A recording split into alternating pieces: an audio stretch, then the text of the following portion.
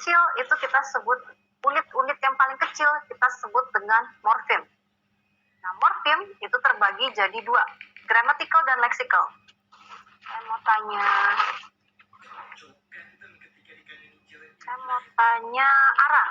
Tiara, apa itu grammatical morfem? Ada? Ara ada? Halo? Ara ada? Oke, kalau gitu Audi aja deh. Audi ada? Pada kemana sih? Oke, Audi juga nggak menjawab. Kalau gitu saya tanya Maira.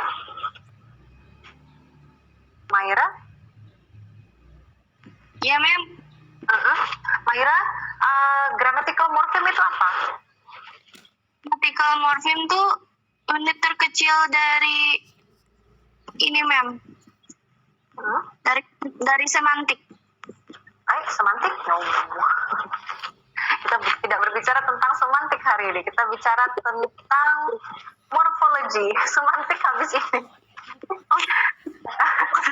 Morfem. Kita bicara tentang morfologi hari ini. Belum sampai semantik. Oke, grammatical. Grammatical morphem itu apa? Grammatical morphem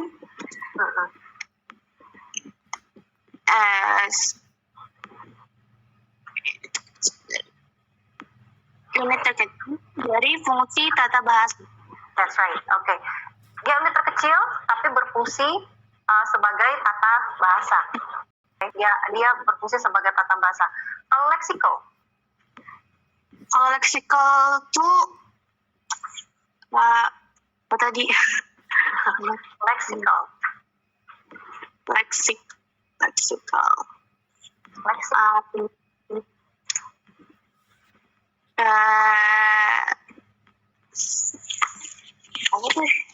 Ayo, kalau lexical maknanya dari mana? Kalau grammatical tadi kan fungsi dia dapatnya dari tata bahasa, makna yang didapatkan dari tata bahasa. Tapi kalau lexical maknanya dapat dari mana? Maknanya dapat dari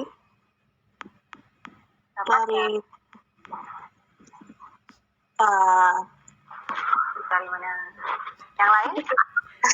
Ada bisa dari kamus. Dari kamus, that's right. Okay, dictionary meaning. Okay, dictionary meaning, that's right. Okay, morphem itu maknanya ya. Maknanya terbagi dua. Maknanya bisa didapatkan dari grammatical, bisa didapatkan dari lexical. Oke, dia memang ada hubungannya dengan semantik, tapi ini bukan masuk ranah semantik, ya. Right. Grammatical itu makna secara tata bahasa. Tapi kalau lexical itu makna secara kamus, makna yang bisa didapatkan di kamus. Oke, itu ya, dua itu. Nah, kemudian kita turun lagi nih. Kita turun lagi jadi free morphem sama bound morphem. Free morphem itu apa? Free morphem. Morphem bebas. Yang dapat berdiri sendiri. Perfect. That's right. Morphem bebas yang bisa berdiri sendiri. Nama lainnya? Akar atau dasar kata? Oke, akar atau dasar kata. Good job. Kalau bound morphem? Imbuhan yang tidak bisa berdiri sendiri. Oke, morphem yang bisa. That's right. Imbuhan yang bisa berdiri sendiri. Benar. Oke, saya simpulkan dulu ya. Imbuhan, benar. Afiksasi. Kemudian dia bisa berdiri tidak bisa berdiri sendiri. Oke, melekatnya kemana? Melekatnya kemana bound morphem ini?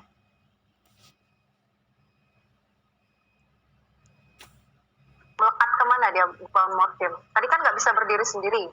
Berarti dia melekat ke affixation. Bukan. Afiksasi itu primorphem. That's right, primorphem. Bound morphem itu melekat ke primorphem. Dia melekat ke primorphem. Oke, good. Jadi morphem itu morphem bebas, bound morphem itu bahasa Indonesianya morphem terikat yang berhubungan dengan imbuhan. Bound morphem itu lekat dengan atau syarat dengan imbuhan. Dia berhubungan erat dengan imbuhan. Primorfem terbagi lagi jadi dua. Primorfem terbagi lagi jadi dua, jadi lexical dan functional. Oke, lexical, apa itu lexical? Primorfem yang lexical. Saya tanya aja deh. Honey ada? Yes, ma'am. Lexical itu apa? Primorfem yang Lexical is a common words carry the context of the message. bahasa Indonesianya? Women. Lexicomorphem itu apa? I want you to explain it in your own words. Lexicomorphem itu yang membentuk makna menjadi suatu kalimat, ma'am. No. Jangan. Isi kata. Lexical morphem itu isi katanya. Dia yang membawa konten dari pesan kata tersebut. Oke. Atau kita bisa sebut juga dia dengan open class words atau kelas kata terbuka. Kenapa dia disebut dengan kelas kata terbuka? Kenapa dia disebut dengan kelas kata terbuka? Ada yang bisa jawab? Mungkin memiliki beberapa golongan, ma'am. No? Open class words. Tadi ada open, ada close.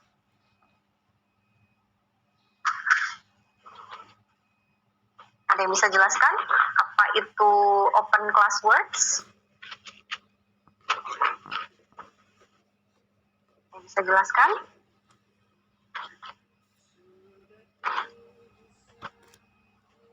Nobody? Coba siapa lagi ya? Hasana. Coba Hasana. Hasana ada? Ada. Oh, oke. Hasana, gimana? Yang open class tadi ketinggalan, Mbak. Ketinggalan, oke. Alright, open class words tadi apa? Kalau Hasana ketinggalan, saya tanya yang lain. Yeni coba.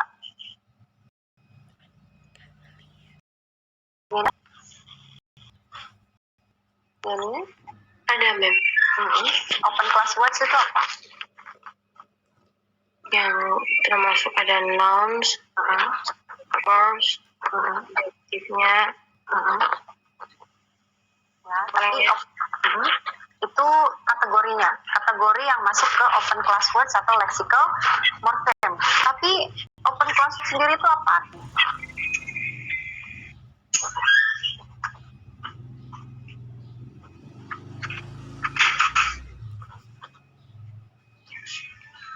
Ada yang catat? Karena saya nggak tuliskan di situ. Emang sengaja saya nggak tuliskan. Saya mau tanya di akhir. Ada yang perhatikan tidak? Oke, kalau nggak tahu saya tanya yang lain coba. Lida ada? Lida? Yes? Gimana? Apa itu open class words? Open class words. Apa itu open class words? Nggak tahu kayaknya, ma'am. Nggak tahu.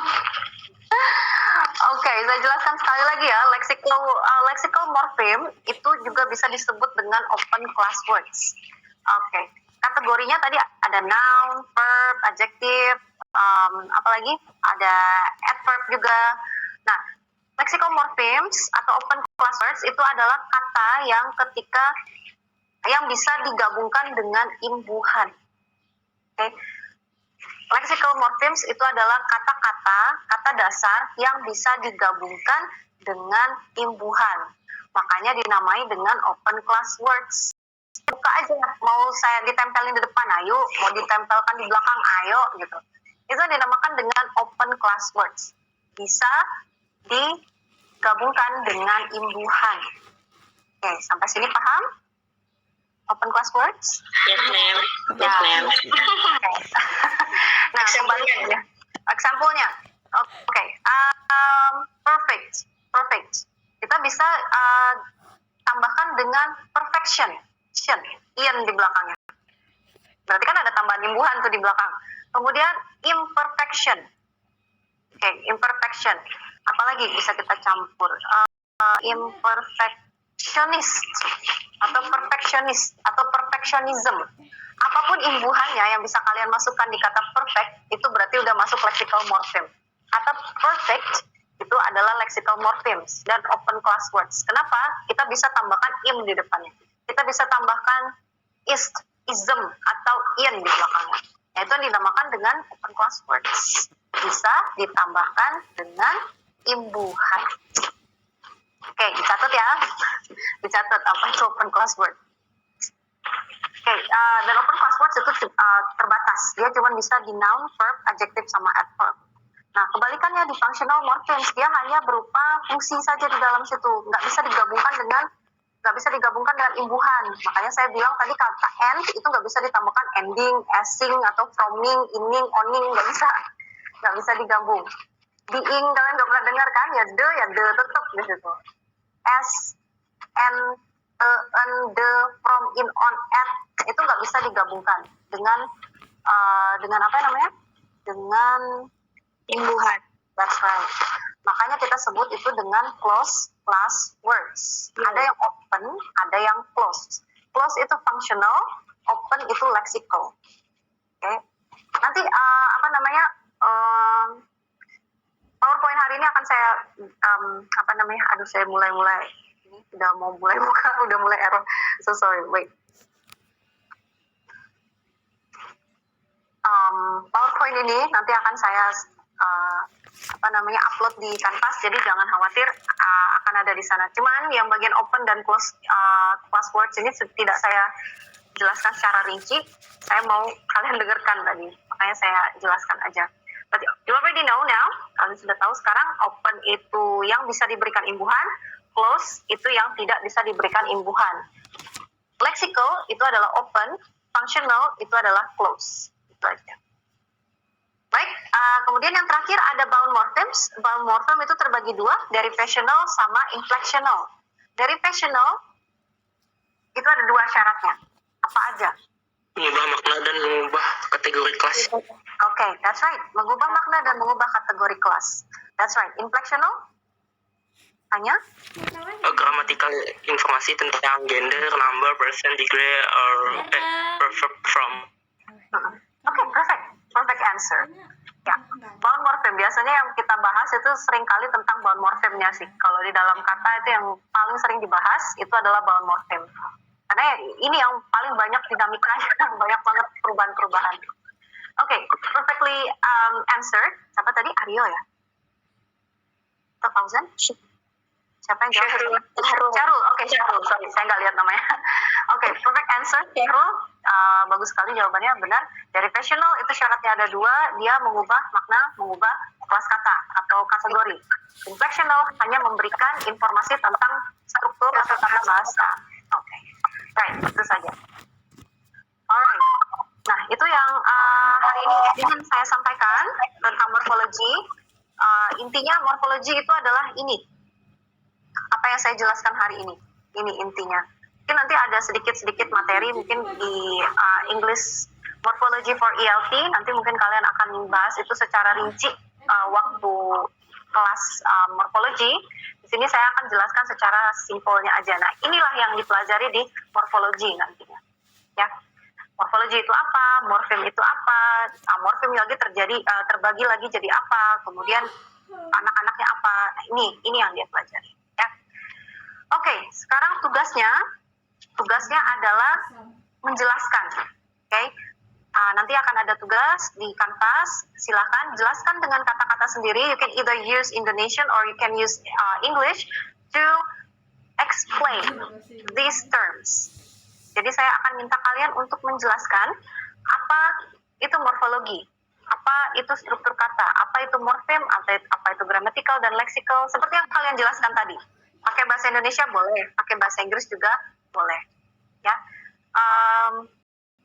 Untuk detailnya nanti kalian bisa langsung lihat di Canvas, oke? Untuk detailnya bisa lihat di Canvas. Seperti biasa waktunya 1 menit, ya. Oke, I will give it to you. Saya tidak tertinggal. Nanti cek aja di Canvas apa yang harus kalian jelaskan. Ini nanti akan saya upload di sana. so you will not miss it. So I'll stop sharing this now. One more time. Do you have any question?